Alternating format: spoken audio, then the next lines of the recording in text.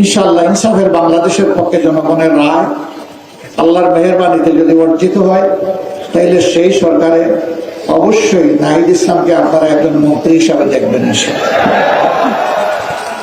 আমরা আশা করবো যুবকরা আমাদেরকে হতাশ করবে না, ইনশাআল্লাহ তারা আমাদেরকে সামনে নিয়ে এগিয়ে যাবে।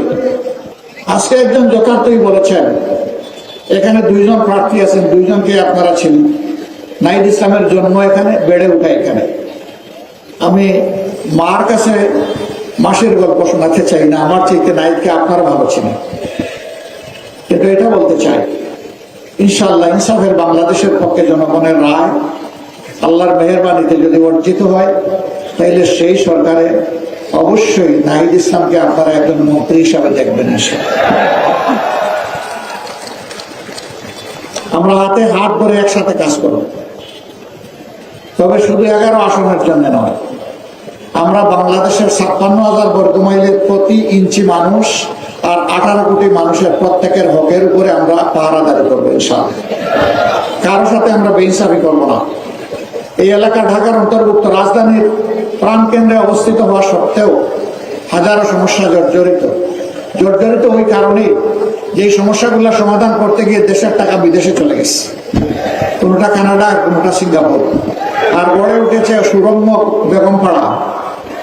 আমরা যদি সেই টাকাগুলো ফিরিয়ে আনতে পারি, আর আগামীতে আর কোন রাজনৈতিক দুর্বৃত্ত যদি দেশের টাকা লুণ্ঠনের সেই দুঃসাহস না দেখায়, বাংলাদেশ হু করে সামনের দিকে এগিয়ে যাবে ইনশাআল্লাহ। এই জাতির ভাগ্য বদলের জন্য 5টি বছর আমরা মনে করি যথেষ্ট। এরপরে বাংলাদেশ রাস্তা খুঁজে পেয়ে যাবে এবং সেই মহাসড়ক ধরে ইনশাআল্লাহ বাংলাদেশ এগিয়ে যাবে সামনের দিকে। আমরা আপনাদেরকে ওরকম কোনো আশ্বাস দেব না, এখানে যেটা আছে তাই দিব, যেটা নাই ওটা অন্যভাবে বলবো, এগুলা নাই। আমরা কোনো ভুল বল আশ্বাসে নাই। যা বলবো ইনশাআল্লাহ আল্লাহর উপর ভরসা করে সেইটাই করার চেষ্টা করবো, জান প্রাণ দিয়ে।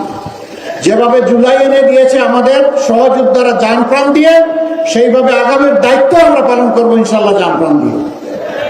আসুন একটা বেইনসাফি মুক্ত, জুলুমবাজ মুক্ত, চাঁদাবাজ মুক্ত, দখলবাজ মুক্ত, মামলাবাজ মুক্ত, আধিপত্যবাদ মুক্ত একটা ন্যায় ইনসাফের মানবিক বাংলাদেশ গড়ার জন্য আমরা হাতে হাত, কাঁধে কাঁধ মিলিয়ে সামনের দিকে এগিয়ে যাই।